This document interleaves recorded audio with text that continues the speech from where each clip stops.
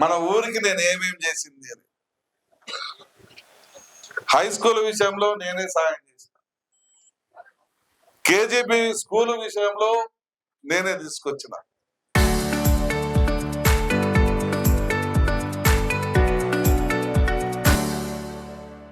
Government hospital నేనే తీసుకొచ్చిన, మీ ఊరికి రోడ్డు నేనే తెచ్చిన. ఇదే రోడ్డు కాకుండా గొట్లగట్టు నుంచి లింగారెడ్డిపల్లి వరకు నాయుడుపేట మీదుగా రోడ్డు కూడా నేనే తీసుకొని వస్తా ఉన్నా. ఈ నెలాఖరు లోపల టెండర్లు అయిపోతాయి, మళ్ళీ అది కూడా వర్క్ కూడా పూర్తి అయిపోతుంది. మీకున్నటువంటి ప్రధాన సమస్యల్ని ఈరోజు చేసి పెట్టగలుగుతున్నాం. ఇది ఒక సెంటర్. ఈ చుట్టుపక్కల 10 గ్రామాలకి ఇది ఒక సెంటర్ గా దీనికి ఒక పేరుంది. ఆ సెంటర్ కి తగ్గ గుర్తింపు ఉండాలి. అందుకని నేను ఆ పని చేపిస్తా ఉన్నా. ఇదే కాదు, కొనకనమిట్ల నుంచి ఒంగోలు నుంచి బేస్తవారిపేట 4 లైన్ తీసుకొని వస్తా ఉన్నా. దాన్ని కూడా బీసీ జనార్దన్ రెడ్డి గారికి, ముఖ్యమంత్రి గారికి ఫస్ట్ ప్రపోజల్ ఇచ్చింది నేనే.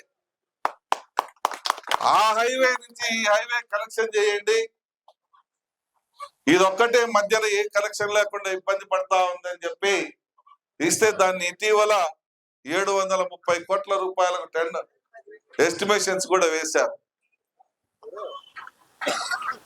త్వరలో ఆ టెండర్లు కూడా అయిపోతాయి. ఒంగోలు నుంచి మన బేస్తవారిపేట జంక్షన్ వరకు మనకు నేషనల్ హైవే అవుతా ఉంది.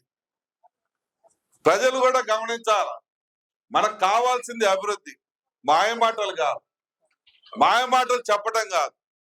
ఏం చేశారండి? ఏం చేశారు? ఏం పని పెట్టి ఏం ఒక్క పని చేశారని ఏ మొక్కం పెట్టుకుని ఊర్లలో తిరుగుతున్నారు చెప్పండి. ఏందంటే రెచ్చగొడతారు. మనం రెట్లం రా, మనం ఇంకోటి రా, లేదంటే మనం ఇంకొక కులం రా, మనం కమ్మలం రా, మనం నాయుళ్ళం రా అని రెచ్చగొడతారు. కులాలు అందం పెడతాయా? మన ప్రాంతంలో కులాలు కాదు మనకు కావాల్సింది. మనం వెనుకబడ్డ ప్రాంతంలో మన ప్రజల అభివృద్ధి కావాలి, మన పిల్లల భవిష్యత్తు కావాలి. ఈ రోజు మనం ఎక్కడ ఉంటున్నామో తెలియదు, మన పిల్లలు ఎక్కడ ఉంటున్నారో తెలియదు. దేశాలు పట్టుకుని హైదరాబాదో, నల్గొండో, లేదంటే అవతల ఉన్నటువంటి ఆదిలాబాదో ఇటో ఎక్కడ పోయి బతుకుతున్నారో పాపం చెప్పుకోలేనటువంటి పరిస్థితి.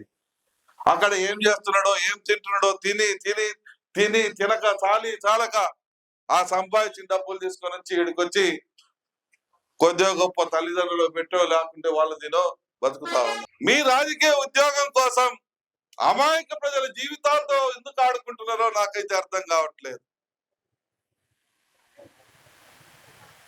భయపిస్తారు, భయపించి పబ్బం గడుపుకోవాలని చూస్తారు. ఎవరు భయపడతారు అంటే అమాయకులు, బీసీలు ఎస్సీలు అమాయకులు, వాళ్ళు భయపడతారనేగా. రఫా నరుకుతాం, అధికారంలోకి రాగానే 2 నెలల్లో లోపలేపిస్తాం, లేకుంటే మీ పొలాలు కబ్జాలు చేపిస్తాం, మీ స్థలాలు ఇది చేపిస్తాం, అది చేపిస్తామని ఆ భయం పెట్టుకుంటే జనాలు ఓట్లేస్తారయ్యా. అయ్యా పొరపాటు అయింది, ఆ వెంకటేశ్వర స్వామి మమ్మల్ని మొట్టకాయలు వేసాడు, ఆ లడ్లలో కల్తీ నూనె కల్తీ నెయ్యి కలిపినందుకు మాకు శిక్ష అనుభవించాడు, మేము శిక్ష అనుభవిస్తా ఉన్నాం, ఇంకోసారి ఆ తప్పు చేయం, ఏదో పొరపాటున మాకు సాయం చేయండినో లేదంటే పొరపాటు జరిగిందనో ప్రజలను క్షమాపణ అడుగుకుంటే ప్రజలు ఏమన్నా కనికరిస్తారేమో. అదిలిపోనుకి రఫా నరుకుతామంటాడు, లేదంటే 2 నెలల లోపల వేపిస్తామంటారు. ఈ ఆడవాళ్ళ మీద రాళ్ళు వేపిస్తారు, చెప్పులతో కొట్టిస్తారు. మరి ఏ రకంగా అభిమానం ఉంది వాళ్ళకి? ఎవరి మీద ప్రేమ ఉంది? ఎవరిని ప్రేమిస్తారు? ఎవరికి అభిమానం ఇస్తారు?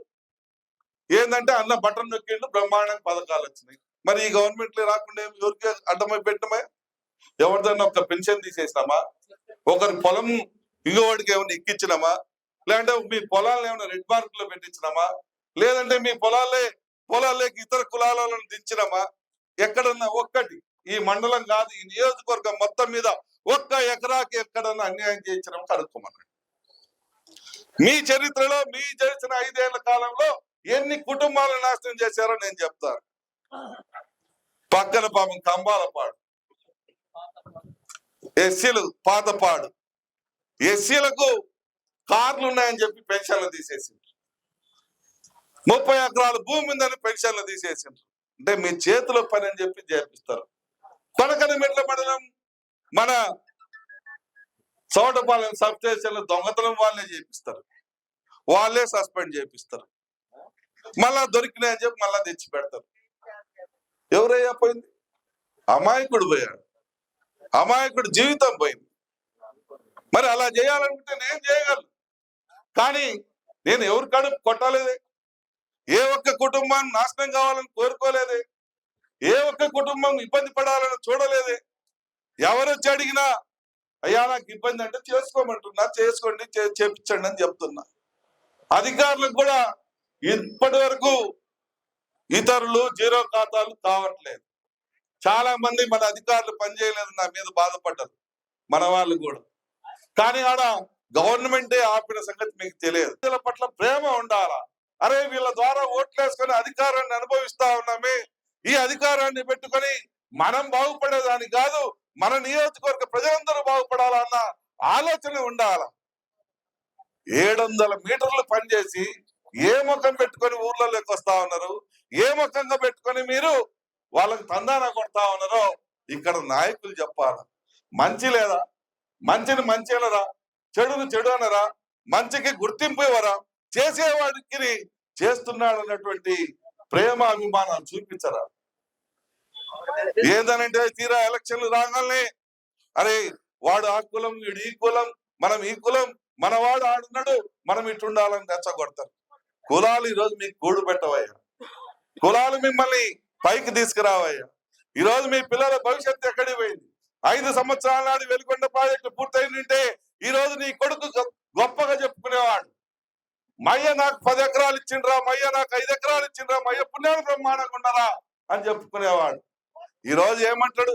బో ఇచ్చిండులే మయ్య 2 ఎకరాలు, బో ఇచ్చిండులే మయ్య 5 ఎకరాలు, బో ఇచ్చిండులే మయ్య 4 ఎకరాలు అనేటువంటి పరిస్థితికి వచ్చింది. ఎందుకనంటే వాళ్ళ పరిస్థితి వాళ్ళకే అర్థం కానట్టు తయారు చేశారు. కాబట్టి ఈరోజు వాళ్ళ కాళ్ళ మీద వాళ్ళు నిలబడాలి.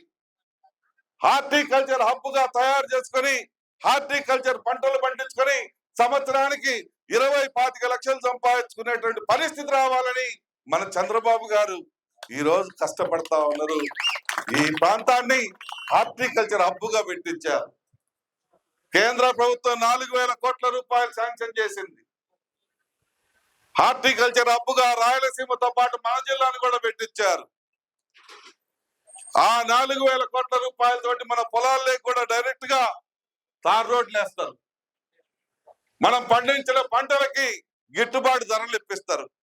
మనం పండించినటువంటి పంటలకి గిట్టుబాటు ధర రాకపోతే కోల్డ్ స్టోరేజ్ లో పెట్టుకొని పంట రేట్ వచ్చేటప్పుడు అమ్ముకునే విధంగా చేస్తారు. పండ్ల ఫ్యాక్టరీలను పెడతారు. ఇలా హార్టికల్చర్ హబ్ ద్వారా మనల్ని డెవలప్ చేసేదానికి మన ప్రాంతం ఆ హార్టికల్చర్ హబ్కి మన భూములు సూట్ అయితే కాబట్టి. Local to global news at your fingertips. మీ చేతిలో ఒక ఆయుధం. Download raw TV app. Media legend Ravi Prakash is back.